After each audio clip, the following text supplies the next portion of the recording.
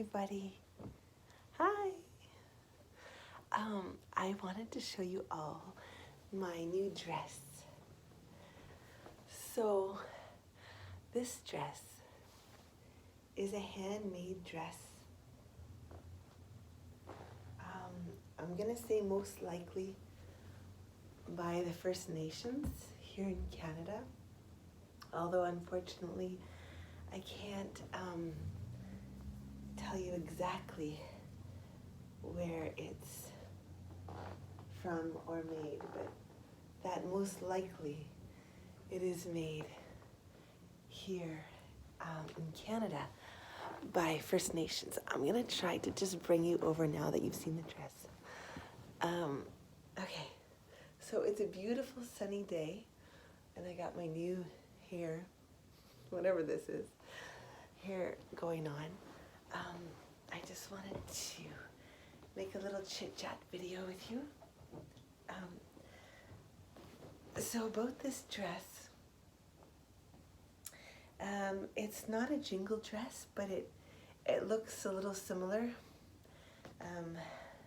Jingle dresses, I believe, are more for formal ceremonies, and they take a lot of work to make. And it's, from the culture of the land caretakers, the First Nations, the indigenous peoples, and here this article of clothing that is handmade by them is beautiful and super comfortable, but it has all sorts of colored ribbon put into it. And every piece is personal when someone makes something handmade, especially. So to whoever made this dress, there was a personal expression in values and symbols, and the ribbons and the colors having certain meanings.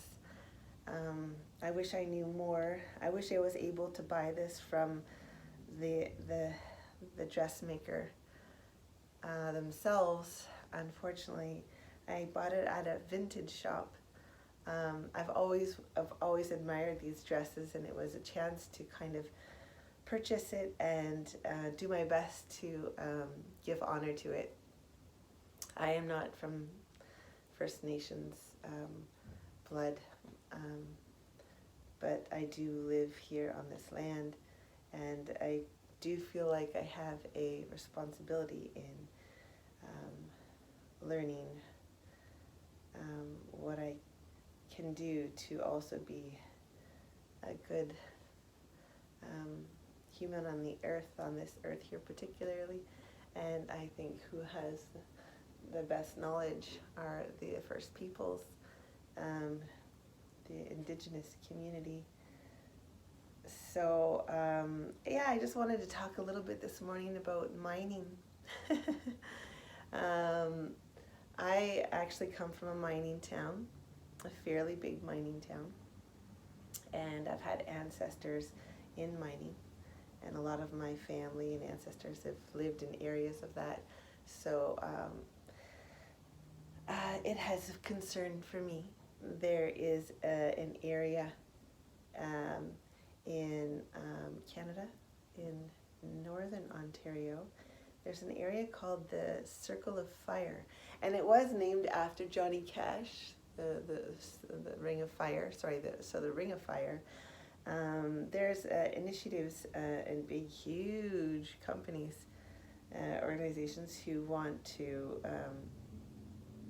develop new mining for the new demands of the future in the world, whether it be military or the auto industry or what have you, interest in developing. The way mining has, historically been done is the companies kind of come in with their money and their intentions and go ahead and get some permits and go ahead and do it.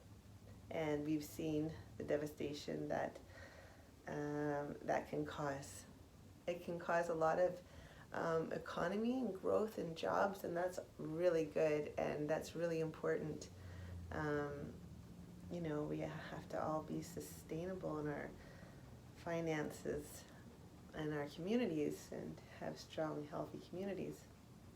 And we also need a holistic view to have a long-term promise to future generations of peoples, as well as the land and the environment of Mother Nature that we live on.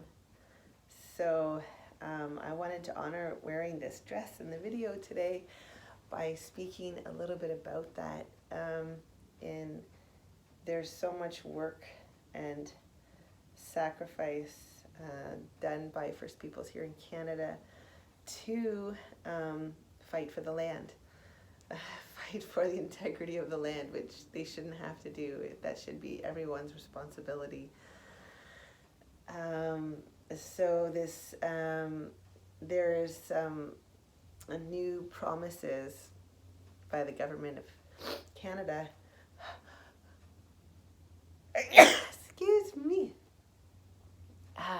There's some new promises to, in order to go forward with these kinds of mining projects in those areas, they must have consultation and agreement with the First Peoples, who are the ones who actually live in those proposed areas. New mining is to take place. So there are 9 communities in this natural environment who've been there since the beginnings of peoples living here, who have a very unique and special relationship and connection to the land and the earth and how they live, and the culture in which they hold steady into the future, sacred intentions. I believe so.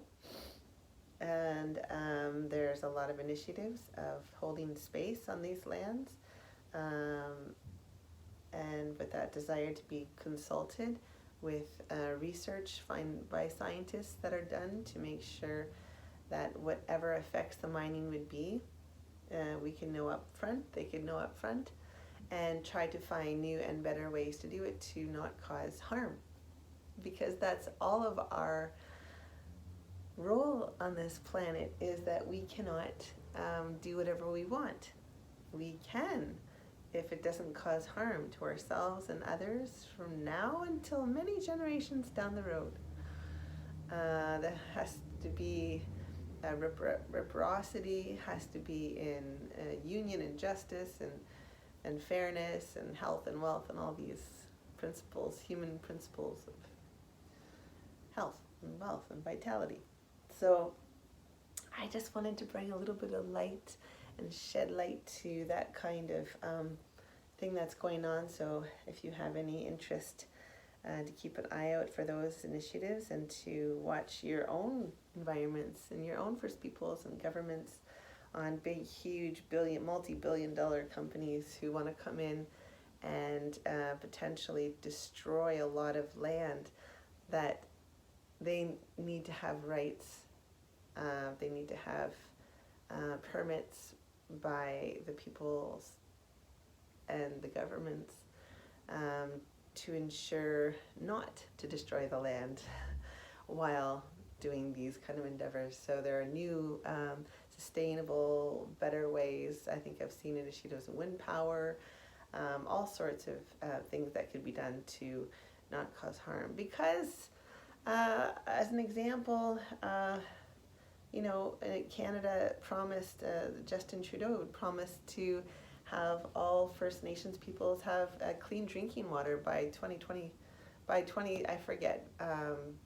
But apparently, I just read this morning, he's failed that. They've failed that. So, if you don't have the people having access to drinking clean water now, after all these initiatives, which is ridiculous, then doing more harm in the environment and mining is going to compound that.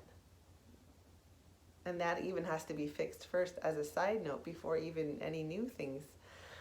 So some food for thought for the new generations, for us, for ourselves. How we do anything is how we do everything. Um, so I want to just thank the First Peoples and send them prayers of strength and power. And to all other peoples to listen, and also to this dressmaker. I thank you for the opportunity to honor your culture and your beautiful craft today by making a video and expressing how I honor the values and the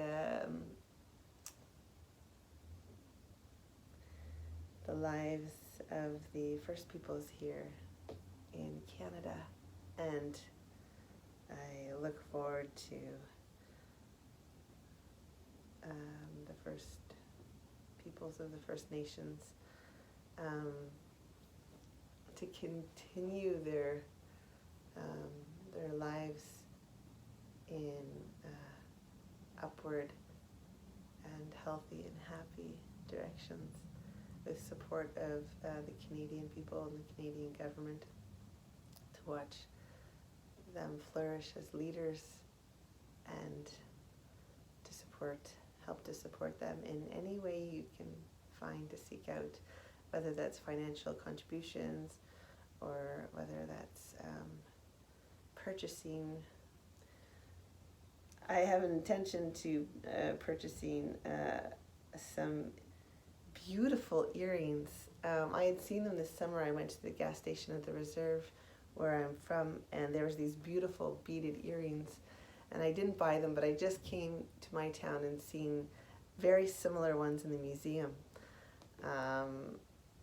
So I'm looking forward to purchasing these handmade earrings by First Nations Anishinaabe people, and to offer that money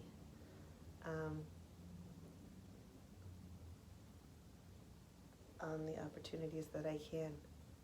And so, in celebration of the beautiful people and the beautiful works and the beautiful dress, beautiful handmade dress, and in light of supporting the fight to First Nations for clean water and clean land, and their rights to what their birthrights are. Sending so much love to everybody.